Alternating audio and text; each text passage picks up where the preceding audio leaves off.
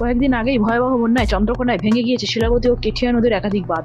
সপ্তাহান্তে ফের নদীর জল বাড়ায় কপালে চিন্তার ভাঁজ নদী তীরবর্তী এলাকার বাসিন্দাদের। নদীর জল আরো বাড়লে ভাঙা বাঁধ দিয়ে জল ঢুকে ফেলে প্লাবিত হওয়ার আশঙ্কা। দুশ্চিন্তা বাড়ছে চন্দ্রকোনার কেশরালে নদী ভাঙন এলাকার বাসিন্দাদের।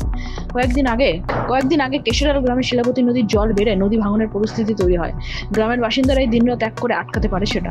কেশরাল গ্রামে শিলাবতী নদীর পাড়ে রয়েছে একাধিক বসত বাড়ি, তাই বাঁধ ভাঙলে সেগুলো জলে ডুবে যাবে। অপরদিকে বন্যার জেরে বন্ধ হয়ে যায় সেচ দপ্তরের নদী বাঁধ বাঁধার কাজ। জল কমে যেতেই কাজ শুরু হলেও আবার নদীর জল বাড়ায় কাজ বন্ধ হওয়ার আশঙ্কা। ইতিমধ্যে নদীর জলস্তর বাড়ায় তড়িঘড়ি ঘাটাল মহকুমা শাসকের দফতরে আধিকারিকদের নিয়ে বৈঠক সেরেছেন সেচমন্ত্রী মানুষ ভুঁইয়া।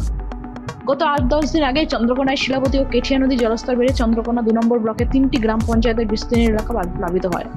ভগবন্তপুর 1, ভগবন্তপুর 2 ও বসনছড়া গ্রাম পঞ্চায়েত এলাকায় শিলাবতী ও কেঠিয়া নদীর 4 থেকে 5টি নদীবাঁধ ভেঙে পরিস্থিতি ভয়াবহ আকার নেয়।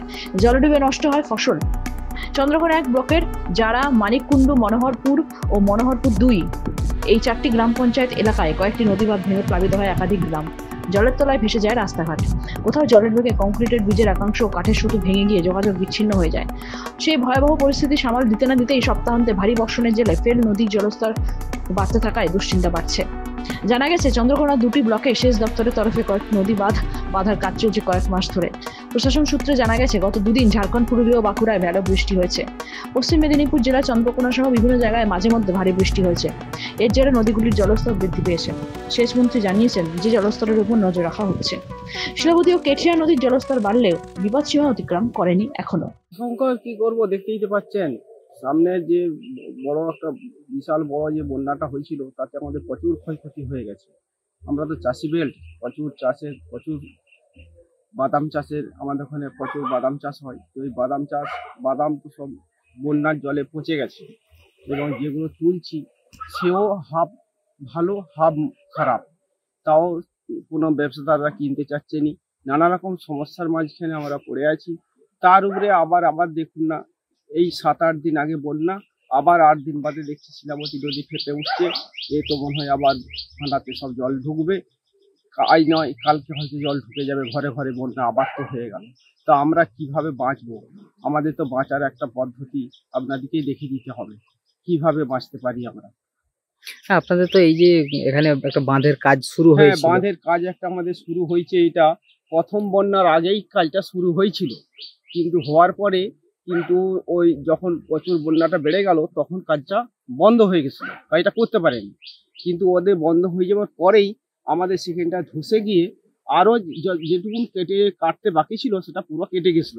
কেটে যাওয়ার পরে আবার নতুন করে সেটা বাঁধ শুরু, মানে ওনারা কাজটা আবার চালু করেছে। কিন্তু চালু করলে কি হবে, এই তো অবস্থা, আবার তো সেই কাজ বন্ধ হয়ে যাবে। কেন কাজ বন্ধ হয়ে যাবে? এই কারণে নদী জল বাড়লেই কাজ বন্ধ হয়ে যাবে। বর্তমানে কি নদী আবার ফুলে ফেঁপে উঠেছে? ফেঁপে উঠেছে মানে কি, সকালে দেখেছিলাম সামান্য জল, এখন তো দেখছি নদীর কানায় কানায় জল। তো রাতকে হয়তো বলা যাবে না, হয়তো যে আবার সেই হানা দিকে আবার জল ঢুকছে। এমন তো একটা সমস্যার মাঝখানেই আমরা আছি। কি আশঙ্কা করছেন, আবার কি বন্যা হতে পারে? হ্যাঁ, মেঘের যা পরিস্থিতি তো হতেই পারে। এর তো আর প্রকৃতির জিনিস, এটা কিছু বলা যাবে না। ধীরে ধীরে জল বাড়ছে, এবারে তো কতটা বাড়বে সে তো বুঝতে পারছি না। উপর দিকে বৃষ্টি হয়েছে বলে শুনছি, বাড়তেও পারে। কিন্তু যা নদীর তলায় জল পড়ে গেছিলো এখন তো অর্ধেক হয়ে গেছে, এখনই অর্ধেক হয়ে গেছে। এরপরে আর এতটা হলেই তো আগের মতোই পজিশনে হয়ে যাবে।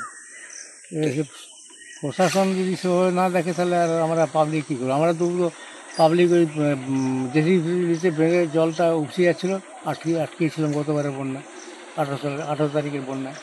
এবারে আবার কতটা বাড়বে, কি হবে কিছু তো বুঝতে পারছি না। আবার যদি জল আরো বাড়ে তাহলে তো পরিস্থিতি কেউ হানা ভেঙে গেছে। তো এই বাঁধটা ছুটে গেলেই তো অনেকগুলো মৌজাই হয়ে যাবে, ক্ষতিগ্রস্ত হয়ে যাবে। ঘর বাড়ি তো আছে প্রচুর, এখানে ঘর বাড়িগুলো নষ্ট হয়ে যাবে। পাকা বাড়ি হয়তো দাঁড়িয়ে থাকবে, মাটির বাড়ি সব নষ্ট হয়ে যাবে। সাময়িক কিছু মেরামত বা কিছু এরকম কিছু প্রতিশ্রুতি পেয়েছিলেন আপনারা? না, কিছুই কোনো কিছু কাজ হয়নি। 18 তারিখ বন্যার পরে তো কোনো কিছু কাজই হয়নি। জল তো কমে গেছিল। হ্যাঁ, ওই এসছে দেখছে চলে যাচ্ছে আর কি। আজকেও তো ওই কংসাবতী এক্সিকিউটিভ ইঞ্জিনিয়ার ফোন করেছিলেন যে এরকম এটা ভিডিও করে পাঠানো। আমরা ভিডিও করে আজ সকালে পাঠিয়ে দিয়েছি। আমাদের এখানেই বাড়ি। এই যে শিলাবতী নদীর কয়েকদিন আগে তো এখানে বন্যার পরিস্থিতি ছিল, খুব বন্যা হয়েছিল। কিরকম পরিস্থিতি ছিল? মানে এইসব এলাকা সব ডুবে গেছিল পুরো, এইসব এলাকায় কিছু থাকেনি। তারপরে ওখানে জেসিবি নিয়ে এসে সব কাটানো হয়েছিল, তবে এখান থেকে জল বেরোতে শুরু হয়েছিল। মানে এই বাঁধটা কি ভেঙেছিল তখন? হ্যাঁ, এই বাঁধটা যখন ভেঙেছিল ওই রাস্তা কাটাতে হয়েছিল জেসিবি দিয়ে।